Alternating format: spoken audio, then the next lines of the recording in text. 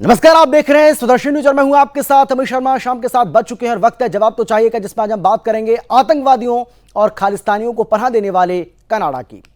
अब तक दुनिया में पाकिस्तान पर ही ये आरोप लगते थे कि वो भारत विरोधी गतिविधियों में शामिल रहने वाले आतंकवादियों को शरण देता है, उन्हें पालता है, संसाधन और सुविधा उपलब्ध कराता है और इसीलिए उसे आतंकिस्तान कहा जाता है। और अब लिस्ट में कनाडा का नाम भी शामिल हो गया है। हालांकि ये नाम भी कोई नया नाम नहीं है, लेकिन आतंकियों, उग्रवादियों और खालिस्तानियों के समर्थन में खुलकर सामने आने के बाद कनाडा दुनिया में बेपर्दा हो गया है। भारत पर खालिस्तानी आतंकी हरदीप सिंह निज्जर की हत्या का आरोप लगाकर कनाडा ने दुनिया में न केवल अपनी जग हसाई कराई है, बल्कि वो अलग थलग पड़ता भी नजर आ रहा है।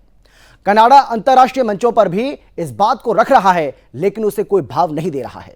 जापान हो या अमेरिका या फिर क्वाड के अन्य देश, जिसका भारत भी हिस्सा है, सभी एक सुर में भारत के साथ खड़े दिखाई दे रहे हैं।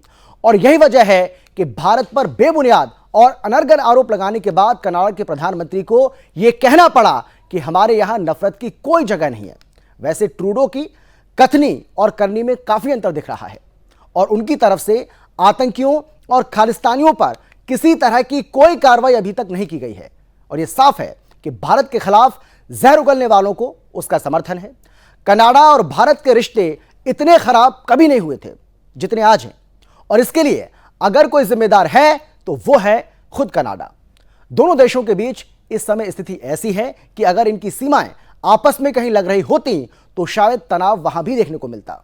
और इस तनाव की आग को भड़काने के पीछे कनाडा के पीएम जस्टिन ट्रूडो का जो बयान है वो तो है ही, लेकिन जो चिंगारी दशकों से भारत और कनाडा के बीच सुलग रही है उसका नाम है खालिस्तान। और इसकी वजह से भारत और कनाडा के जो रिश्ते हैं वो बेहद बुरे दौर से गुजर रहे हैं। पहले जहां दोनों देशों ने डिप्लोमेट्स को बाहर निकाला, वहीं भारत ने वीजा सर्विस को भी सस्पेंड कर दिया। भारत ने खालिस्तानियों को सबक सिखाने के लिए उनकी संपत्तियों को जब्त करना शुरू कर दिया है। यानी भारत ने न केवल खालिस्तानियों को समर्थन करने के लिए कनाडा का सख्त संदेश देने की कोशिश की है, यानी कि कनाडा को भारत ने एक सख्त संदेश दिया है, एक सख्त मैसेज दिया है, बल्कि खालिस्तानियों को भी उनकी औकात बताने में देरी नहीं की है। ऐसे में सवाल यह है कि भारत के कड़े रुख के बाद क्या कनाडा कोई सबक लेगा? क्या कनाडा आतंकियों और खालिस्तानियों को पनाह देना बंद करेगा? अपने ही देश में गिरी साख से पीएम ट्रूडो कुछ सीख लेंगे? और आखिर में सबसे बड़ा सवाल यह कि क्या कनाडा भी पाकिस्तान की राह पर तेजी से चल पड़ा है? आज चर्चा इसी को लेकर करेंगे, लेकिन पहले एक रिपोर्ट आपको हम दिखाते हैं, देखिए जरा। आज का नया भारत आतंकवादियों, खालिस्तानियों और उसे पनाह देने वाले देशों पर कड़ा रुख अपना रहा है। उन पर हर वो कार्रवाई की जा रही है जिससे उनके नापाक मंसूबों को ध्वस्त किया जा सके। राष्ट्रीय जांच एजेंसी एनआईए ने खालिस्तानी आतंकी गुरपतवंत सिंह पन्नू की पंजाब और चंडीगढ़ की प्रॉपर्टी को जब्त कर लिया है। इससे पहले 2020 में भी उसकी संपत्ति को कुर्क किया गया। पन्नू प्रतिबंधित संगठन सिख फॉर जस्टिस का मुखिया है। वो कनाडा और दूसरे देशों से लगातार भारत विरोधी बातें करता रहता है। कनाडा में रहने वाले हिंदुओं को धमकी देता है। कनाडा के प्रधानमंत्री जस्टिन ट्रूडो के खालिस्तानी आतंकी हरदीप निज्जर की हत्या में भारत की संलिप्तता के झूठे आरोप के बाद से दोनों देशों के बीच कूटनीतिक विवाद लगातार बढ़ता ही जा रहा है। कनाडा को सबक सिखाने के लिए भारत लगातार एक्शन मोड में नजर आ रहा है। भारत ने सुरक्षा चिंताओं को लेकर कनाडा में वीजा सेवाओं को निलंबित कर दिया। कनाडा या जस्टिन ट्रूडो आतंक और आतंकवाद को केवल पनाह ही नहीं दे रहा, बल्कि उसी के इशारे पर काम भी कर रहा है। कनाडा भारत के विरुद्ध आवाज उठाने वाले खालिस्तानियों को अपनी जमीन, सुविधा और संसाधन उपलब्ध करवाता रहा है। अब देखने वाली बात यह है कि भारत के कड़े रुख के बाद कनाडा पर क्या फर्क पड़ता है, क्योंकि कनाडा खालिस्तानी आतंकियों को लगातार पनाह देता रहा है। तो खालिस्तानियों को उनकी औकात भारत की ओर से लगातार बताई जा रही है, उनकी हैसियत बताई जा रही है और किस तरीके से उनके खिलाफ अब कार्रवाई भी तेज कर दी गई है। ये आज भी आपने देखा होगा, एनआईए की ओर से जो खालिस्तानी आतंकवादी है उसके जो प्रॉपर्टी है, चाहे वो अमृतसर की प्रॉपर्टी हो या फिर वो चंडीगढ़ की प्रॉपर्टी हो, दोनों को सीज करने का फैसला किया गया है, दोनों को सीज कर दिया गया है, उसको जब्त कर लिया गया है, नोटिस चस्पा कर दिया गया है और ये साफ कर दिया गया है कि ये अब भारत सरकार की संपत्ति है और इस खालिस्तानी आतंकी गुरपत वंत पन्नू का इस पर किसी तरह का कोई अधिकार आज के बाद नहीं है। इसके साथ ही अगर दूसरी तरफ हम देखें तो कनाडा को भी जब भारत ने सख्त रुख अपनाया, भारत ने दो टूक जवाब दे दिया कनाडा को, तो कनाडा के जो प्रधानमंत्री हैं जस्टिन ट्रूडो, उनकी ओर से बयान सामने आया है जिसमें उन्होंने कहा है कि हमारे यहां पर नफरत की किसी तरह की कोई जगह नहीं है। यानी कि अब बदले बदले जो सुर हैं वो नजर आ रहे हैं। चर्चा जिसी को लेकर करेंगे। कौन कौन खास मेहमान हमारे साथ मौजूद है, सबसे पहले उनसे आपका हम परिचय कराते हैं। हमारे साथ पूर्व राजनयिक सुरेश कुमार गोयल जी हैं, बहुत स्वागत है सर आपका। इसके साथ ही हमारे साथ retired colonel TPS Tyagi ji, जो कि रक्षा विशेषज्ञ हैं, वो भी हमारे साथ जुड़ गए हैं। टीपीएस त्यागी जी, आपका भी बहुत स्वागत है। आप सभी का एक बार फिर से हम स्वागत करेंगे और चर्चा की शुरुआत भी करेंगे। सवाल जवाब का जो सिलसिला है उसको भी आगे बढ़ाएंगे। तो खालिस्तानी आतंकियों को पनाह देने के लिए बदनाम है कनाडा, ये कोई पहली बार तो सामने आ नहीं रहा है, लेकिन अब जिस तरीके से खुला समर्थन वो कर रहा है उससे कहीं ना कहीं दुनिया के सामने आप कह सकते हैं कि नंगा हो चुका है कनाडा। और कनाडा और भारत के जो रिश्ते हैं इस वक्त सबसे बुरे दौर से गुजर रहे हैं, यानी कि अब तक के सबसे बुरे रिश्ते हैं दोनों देशों के बीच में, और इसका कोई जिम्मेदार है तो वो खुद है कनाडा। क्योंकि जिस तरीके से कनाडा की ओर से भारत के ऊपर बेबुनियाद और अनलगर आरोप लगाए गए, उसको लेकर अब दुनिया के सामने, विश्व के सामने कनाडा जो है वो पूरी तरीके से बेपर्दा हो गया है और कनाडा अलग थलग पड़ता हुआ नजर आ रहा है। यही वजह है कि कनाडा के प्रधानमंत्री जस्टिन ट्रूडो को यह कहना पड़ा कि हमारे यहां नफरत की, हिंसा की कोई जगह नहीं है। लेकिन जिस तरीके से हमने इस रिपोर्ट के जरिए आपको दिखाया और बताया भी कि जस्टिन ट्रूडो और कनाडा की कथनी और करनी में बहुत ज्यादा अंतर है और इसीलिए उनके शब्दों पर नहीं जाना चाहिए। एक्शन क्या हो रहा है वो देखा जाना बहुत ज्यादा जरूरी है।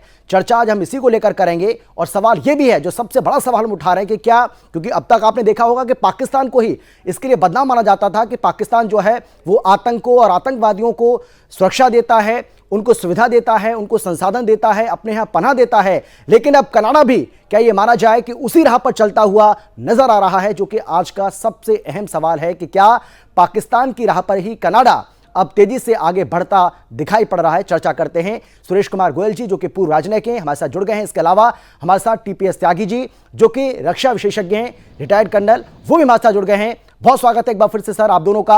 और सबसे पहले सुरेश जी, मैं आपके पास आना चाहूंगा। सवाल मेरा आपसे यह है, आप किस तरीके से देख रहे हैं जस्टिन ट्रूडो का यह कहना कि कनाडा में नफरत की कोई जगह नहीं है? क्या भारत की ओर से जो सख्त संदेश दिया गया, भारत की ओर से जो दबाव बनाया गया, या यूं कह लीजिए कि एक्शन का जो रिएक्शन देखने को मिला, क्या उसी की वजह से उनको अपनी भाषा बदलनी पड़ी है, या ये जल्दबाजी होगी कि उनके ऊपर किसी तरह का कोई भरोसा किया जाए?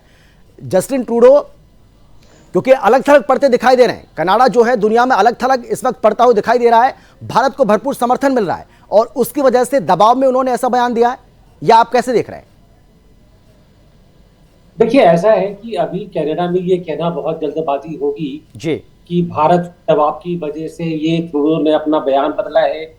मेरे को ऐसा कोई नजर नहीं आता है कि ट्रूडो ने अपना नजरिया बदला हो या कनाडा का नजरिया बदला हो। जब मैं कनाडा की करता, मैं कनाडा के लोगों की बात नहीं कर रहा हूँ, मैं कनाडा की सरकार की बात कर रहा हूँ, मैं कनाडा के प्रधानमंत्री की बात कर रहा हूँ जी। क्योंकि जहां तक लोगों की बात है, लोगों के मन में जिससे भी मेरी कभी बातचीत होती है, कनाडा के लोगों के मन में, और इंक्लूडिंग जो वहां पर सिख कम्युनिटी है जो भारत से गई है, ज्यादातर लोगों के मन में भारत के लिए बहुत सम्मान की भावना है, भारत के लिए बहुत प्रेम है। लेकिन ट्रूडो का एक अलग एजेंडा है और उस एजेंडा के अंतर्गत उन्होंने जो ये कदम उठाया कि पार्लियामेंट में एक बयान दिया, जिसके बारे में उन्होंने अभी तक कुछ तथ्य नहीं बताए हैं, एविडेंस नहीं दी है, अगर है भी या नहीं भी है ये भी पता नहीं है। तो ये जो है उनका अपना एजेंडा है, चल रहा है। वो एजेंडा मुझको नहीं लगता है अभी भी बदला है। उन्होंने जो कहा है कि कनाडा में हिंसा के लिए जगह नहीं है, उसका रेफरेंस ये था कि अगर उन्होंने कहा कि भारत ने निज्जर को या भारत के एजेंट्स ने निज्जर को मरवाया है, उनका मतलब ये इसके लिए कोई जगह नहीं है, ये कहना एक अलग। लेकिन बात है कि जो बयान दिया है उसका मतलब क्या है, उसकी वजह वो अभी तक कोई साफ नहीं हुई है। जैसा कि आपने बताया कि कनाडा में भी खालिस्तान बन रहा है। अगर खालिस्तान क्या तो अच्छी बात है हमारे लिए, कम से कम भारत से हो जाएगा, परेशानी नहीं होगी। लेकिन ऐसा नहीं, जी। मैं नहीं समझता हूं कि एजेंडा यहाँ पर खालिस्तानी आतंकवाद का है। वो बहुत काफी कम लोग हैं जो ऐसे घटनाक्रम को चला रहे हैं। मेरा जितना मानना है पॉलिटिकल तौर पर और एक डिप्लोमेट के तौर पर, एजेंडा यहाँ पर अभी कुछ और ही है जी। जो अभी तक पूरी क्लियर नहीं हुआ है। उसके लिए और एक घटनाक्रम को देखना होगा। जी बिल्कुल ठीक है सर, लौटूंगा मैं आपके पास। टीपीएस त्यागी जी, आप कैसे देख रहे हैं? क्या भारत की ओर से जो लगातार कार्रवाई की जा रही है, एक्शन जो लिया जा रहा है भारत सरकार की ओर से, क्या उसका नतीजा आप भी पा रहे हैं, या आपको लगता है कि जैसे जैसे सुरेश जी कह रहे हैं कि अभी जल्दबाजी होगा किसी भी बात पर भरोसा करना या किसी भी नतीजे पर पहुंच जाना? देखिए, भारत सरकार की ओर से जो तमाम तरह के फैसले लिए जा रहे हैं, सबसे पहले अपने डिप्लोमेट्स को वहां से बुलाया गया, उसके बाद वीजा सर्विस जो है उसको सस्पेंड किया गया, एक के बाद एक जो कदम उठाए जा रहे हैं। और अब देखिए जो खालिस्तानी आतंकी उनके खिलाफ किस तरीके से कार्रवाई की जा रही है। गुरपत वन पन्नू जो है, पन्नू के खिलाफ देखिए क्या कार्रवाई हो रही है। अमृतसर और चंडीगढ़ की जो उसकी संपत्तियां हैं उनको सीज कर दिया गया है, भारत सरकार ने अपने कब्जे में उसको ले लिया है। तो ये तमाम तरह की जो कार्रवाई दिखाई पड़ रही है, क्या आपको लगता है कि भारत की ओर से जो एक्शन लिया जा रहा है उसी का ही असर है और इसीलिए सुर बदले बदले नजर आ रहे हैं टूडो के? मैं आदरणीय पूर्व राजनायक सर, बड़ी इको आ रही है, इसे बंद कराइए सर प्लीज। ठीक है सर, मैं इसको सही कराता हूं जी, बोलिए। मैं पूर्व राजनायक की बात से पूरी तरह सहमत हूं। अभी इसके बारे में कोई निर्णय लेना उचित नहीं है, क्योंकि इसके तार कहीं और से भी जुड़े हुए हैं। बहुत मुमकिन है कि ट्रूडो एक मोहरा हो और ये चाल चीन चल रहा हो और पाकिस्तान उसका साथ दे रहा हो, उसके आसार दिखने भी लगे हैं। लेकिन मेरा कहना यहाँ पे ये भी है कि जो अब तक एक्शन लिए गए, यानी कि उनके राजदूत को कहा गया कि 5 दिन के अंदर आप चले जाइए, ये भी कहा गया कि उनके जो यहाँ की एम्बेसी में लोग हैं उनकी संख्या हमारी एम्बेसी के हिसाब से ज्यादा है, लिहाजा उनको भी एक लेवल पे लाओ और वापस बुलाओ। हमने वीजा बंद किया, मगर किसका वीजा बंद किया? हमने सिर्फ वहां से आने वालों का वीजा बंद किया, हमने जाने वालों का वीजा बंद नहीं किया। अब आप ये देखिए कि कनाडा में करीब 8 लाख छात्र उन प्राइवेट यूनिवर्सिटीज में पढ़ते हैं जिनको सरकार की तरफ से मदद नहीं मिलती आर्थिक। उनमें से 40% हिंदुस्तानी है और इसके अलावा करीब 3 लाख हिंदुस्तानी छात्र अलग से पढ़ाई कर रहे हैं। और जो हिंदुस्तानी छात्र वहां पर फीस देता है वो कैनेडियन छात्र के मुकाबले 5 गुना ज्यादा है। यानी कि अगर हमने हिंदुस्तान से कनाडा को जाने वाले अपने स्टूडेंट्स के ऊपर रोक लगा दी तो कनाडा 2 दिन में घुटनों पर आ जाएगा, क्योंकि ये सब बनिया देश हैं, वो इस आर्थिक स्थिति से नहीं संभल पाएंगे। वो तो हमने किया ही नहीं। हाँ, पन्नू की प्रॉपर्टी को हमने सील किया, सरकार के कब्जे में ले लिया। एनआईए ने करीब 43 ऐसे आतंकवादी चिन्हित किए हैं, उनकी प्रॉपर्टी भी सील की जाएगी। लेकिन इस सब का असर दिखाने के लिए इतना तो हुआ कि प्रेसिडेंट ट्रूडो ने कहा कि हमारे यहाँ नफरत की कोई जगह नहीं है। मगर मैं एक सवाल ये पूछता हूँ कि यही जो हरदीप सिंह निज्जर है, इसके बेटे ने कहा कि जो मेरा बाप है उसके ताल्लुकात कनाडा की खुफिया एजेंसी से है, यानी कि कनाडा की सरकार उसे मदद कर रही है। जो अमेरिका है उसने 2019 में इस हरदीप सिंह निज्जर को नो फ्लाई लिस्ट में डाल दिया था। और जानकारी तो यहां तक मिली है कि 2017-18 में कनाडा ने भी इसको नो फ्लाई लिस्ट में डाल दिया था। हिंदुस्तान का ये मोस्ट वांटेड आतंकी है, यानी कि एक आतंकवादी जिसको इतने सारे देश कह रहे हैं कि वो आतंकवादी है, जिसने गुनाह किया है, अपराधी है, अगर वो मारा जाता है और उसमें प्रेसिडेंट ट्रूडो कहते हैं कि नहीं, इसमें तो इंडियन एजेंट का हाथ है। इंडियन एजेंट का हाथ नहीं है, पर अगर हुआ भी होता, अगर हाथ हुआ भी होता तो क्या बुराई है? मैं कहता हूं कि अपराध को, आतंकी को, बुराई को दुनिया में जहां दिखाई दे, मानवता के लिए नष्ट कर देना चाहिए, खत्म कर देना चाहिए। क्या अमेरिका ने ऐसा पाकिस्तान में जो ओसामा बिन लादेन को मारा या अल जवाहिरी को अफगानिस्तान में मारा, तो क्या दूसरे देश में जाके आतंक का सफाया नहीं किया? हमने तो उस टाइम ये नहीं कहा कि हमको जांच चाहिए या हमको या आपने क्यों किया, गलत किया। तो यानी कि उन वाइट देशों के लिए कुछ और मापदंड, हमारे लिए कुछ और मापदंड, ये अब एक्सेप्टेबल नहीं है। और जो ट्रूडो है वो थोड़ी कनाडा है, ट्रूडो तो अलग थलग पड़ चुके हैं। वहीं के मेंबर ऑफ पार्लियामेंट और वहीं के अपोजिशन लीडर इतने उनके खिलाफ हो गए हैं, और खासतौर पे जो वहां का मीडिया है वो इतना खिलाफ हो गया है कि उनका पॉपुलैरिटी काउंट घट के 33% हो गया है। मजबूरी अब तो ये है कि उनके हैं 158 सांसद, उनको चाहिए 170 सरकार में बने रहने के लिए। 25 सांसद है एनडीपी के।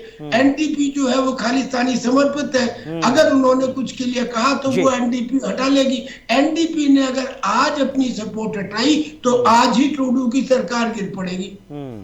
लिहाजा ऐसी स्थिति में एक स्टेट्समैन को जो गलती जेलेंस्की ने की, हम तो ये कहेंगे कि ये भी इस किस्म की गलती ना करें, क्योंकि देश से बड़े वो नहीं है। और जो एक स्टेट्समैन होता है वो अपने देश का भला सोचता है। अगर ट्रूडो की बलि देनी पड़ती है इसके लिए तो दी जाए, क्योंकि आवाम जो है उस आवाम से हमारी कोई तकलीफ नहीं है। हम तो कनाडा और हम लोग तो आपस में दोस्त हैं, पुराने समय से हैं। लेकिन खास तौर से ट्रूडो और ट्रूडो के पिता, इनके जो पिताजी थे, उन्होंने भी इस किस्म के काम किए। जो कनिष्का है उसकी कहानी तो आपको सबको मालूम है। और वो टाइम में शुरू में 1974 में उन्होंने एक nuclear reactor, peace reactor Hindustan को दिया था पीसफुल पर्पस के लिए। हमने पोखरण 1 में उसको कोई थोड़ा मॉडिफाई किया मिलिट्री पर्पस के लिए। तो ये अदावत तो वहां से प्रारंभ हुई। लेकिन ये अदावत इस किस्म की प्रावत नहीं थी कि एक आदमी के कत्ल के ऊपर एक देश दूसरे देश के साथ इस किस्म से अपने रिलेशंस को खराब कर ले। ये कहीं कॉमन सेंस में फिट नहीं बैठता। हम इसकी पूरी तरह से मदम्मत करते हैं, और मदम्मत का मतलब मैं नहीं जानता, यानी कि इसका विरोध करते हैं, पर ये नहीं होना चाहिए। ठीक है सुरेश जी, मैं टीपीएस त्यागी जी जो कह रहे हैं, जो शुरुआत में उन्होंने कहा, जो शुरुआत में उनका जो रिमार्क था उनका यही था कि ऐसा प्रतीत हो रहा है कि पाकिस्तान और चीन भी कहीं ना कहीं कनाडा को बैक सपोर्ट कर रहा है, और इसीलिए उसके हौसले बुलंद होते नजर आ रहे हैं। भाई एक मजबूरी जिस तरीके से बता रहे हैं कि भाई क्योंकि वहाँ पर सरकार जो है गठबंधन की सरकार वो चला रहे हैं, और जिसके साथ वो मिलकर सरकार चला रहे हैं वो खालिस्तानी समर्थक है, और इसीलिए ट्रूडो को ऐसे जो बयान देने पड़ रहे हैं, हो सकता है उनकी मजबूरी भी हो। लेकिन फिर भी क्या बैकडोर से ये माना जाए कि चीन और पाकिस्तान भी साथ में है कनाडा के? आपको ऐसा प्रतीत होता है क्या? देखिए, ऐसा है कि अगर हमें ये मालूम करना है कि क्यों कर रहे हैं ये ट्रूडो, ऐसा काम क्यों कर रहे हैं, तो ये देखना पड़ेगा हमको कि इससे उनको फायदा क्या हो रहा है जी पॉलिटिकली। हम देखा, जैसा कि आपने बताया अभी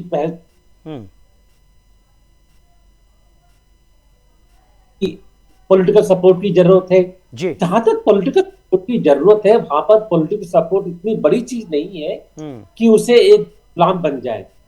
जैसे जरूरत उनको उनके पॉलिटिकल सपोर्ट की है, उसी तरह से वहां पर जो खालिस्तानी एलिमेंट है उनको भी कैनेडियन सरकार जो है उसके साथ की जरूरत है, अगर उनको अपनी गतिविधियां चालू रखनी है जी। अगर देखा जाए तो किसको हुआ है ये, आप इस तरह से देखते इसको कि ये सब तो उन्होंने काम किया और कोई एविडेंस वो दे नहीं पाए हैं। अब इसको नहीं देने के बाद में उनको जरूरत पड़ी है कि जो उनके G7 के मित्र हैं, यूएसए, यूके, फ्रांस वगैरह, या जो I5 आईज वाले जो उनके मित्र हैं, जो उनके पास आए, उनके साथ मिलकर ज्वाइंट स्टेटमेंट दे, सपोर्ट करें। अब अगर वो सपोर्ट करेंगे उनको, तो एक तरह से भारत की जो एक छवि है, पोजीशन है, उस पर असर पड़ेगा। जो उनका भारत के साथ में कोऑपरेशन है उस पर असर पड़ेगा। और अगर वो नहीं देते हैं साथ कनाडा का, तो कनाडा जो G7 का उनका इंपॉर्टेंट पार्टनर है, वो अलग थलग पड़ जाएगा जी। एक तरह इस सारे मामले में जो फायदा पहुंच रहा है वो खाली चाइना को पहुंच रहा है, क्योंकि इसकी वजह से G7 में फूट पड़ गई, I5 में फूट पड़ रही है। जो नया एक G20 में जो कंसेंसस बन रहा था वो अलग थलग पड़ता चला जा रहा है। जो वर्ल्ड ऑर्डर चेंज होने की कगार पर आ गया था कि उसमें चीन अलग थलग पड़ रहा था, वो चेंज होता चला जा रहा है। तो इस जो ट्रूडो ने हरकत करी है उससे फायदा खाली चीन को हो रहा है। ये तो मैं ये जरूर कहूंगा कहीं ना कहीं हो सकता है चीन। इसके अलावा आपको शायद याद हो, इससे पहले एक खबर और भी उड़ी थी कि 2019 के चुनाव में चीन ने इनको ट्रूडो की पार्टी को काफी पैसा दिया था इलेक्शन के लिए, तो वो भी उसका भी असर नजर आएगा। तो कहीं ना कहीं लगता है कि चीन का हाथ हो और उसका ये नतीजा पे आ रहा है। जी जी बिल्कुल बिल्कुल। टीपीएस त्यागी जी, देखिए कनाडा की ओर से अंतर्राष्ट्रीय मंचों पर भी इस पूरे मुद्दे को उठाया जा रहा है। यूएन में उसने ये मुद्दा उठाया, वहां से किसी तरह का कोई बात नहीं बन पाई। उसके बाद क्वाड के जो तमाम देश हैं, हालांकि कनाडा क्वाड का मेंबर नहीं, हम सभी इस बात को जानते हैं, लेकिन जापान ने तो साफ तौर पर कह दिया कि भारत कभी ऐसा काम कर ही नहीं सकता, भारत इसके लिए जाना ही नहीं जाता, भारत जैसा देश तो कोई हो ही नहीं सकता है। तो ऐसा लग रहा है कि बिल्कुल अलग थलग पड़ गया कनाडा। पूरी कोशिश उसकी की जा रही है कि वो जो आरोप लगा रहा है उसको साबित करके दिखाए, लेकिन वो कर ही नहीं पा रहा है। देखिए, बड़े आदमियों की इसलिए इज्जत की जाती है क्योंकि वो बड़े ज्ञान की बात कह देते हैं। अब सुरेश जी ने ये कहा कि जब भी किसी घटना का विश्लेषण करना हो तो ये चेक करो कि उससे अल्टीमेट फायदा किसको पहुंच रहा है। और अल्टीमेट फायदा, जैसे उन्होंने कहा कि चीन को पहुंच रहा है, ये बिल्कुल सच है। जो खालिस्तानी मूवमेंट है, इनको पहले चलाया गया ऑस्ट्रेलिया में, यूनाइटेड किंगडम में, अमेरिका में और कनाडा में। ऑस्ट्रेलिया और अमेरिका तो आराम से समझ गए कि ये गलत है, तो वहां से हट गया। यूनाइटेड किंगडम को टाइम लगा, मगर बाद में उनको भी समझ में आ गया, वहां पे भी ये कमजोर पड़ गया। कनाडा के अंदर ये चलता रहा क्योंकि इसकी पुरानी रूट्स थी। और हमारी सरकार की या हमारे लोगों की ये गलती रही कि कनिष्का की घटना हो जाने के बाद भी हमने इसके ऊपर ध्यान नहीं दिया और स्थिति बिगड़ती चली गई। अब ऐसी स्थिति में चाइना को ये लगता है, और ये बिल्कुल सही लगता है जैसा सुरेश जी ने कहा, कि अगर अमेरिका कनाडा का साथ देता है तो फिर इंडिया का नहीं दे पाएगा, और अगर इंडिया का नहीं दे पाएगा तो जो उसने क्वेड बनाया है जिसमें इंडिया भी है, वो भी है, ऑस्ट्रेलिया भी है, जापान भी है, वो क्वेड कमजोर पड़ जाएगा। क्वेड कमजोर पड़ जाएगा तो साउथ पैसिफिक में, साउथ चाइना सी में अमेरिका चाइना अपनी मनमानी कर पाएगा। और चाइना का मेन, चाइना अगर किसी संगठन से डरता है तो वो है क्वेड।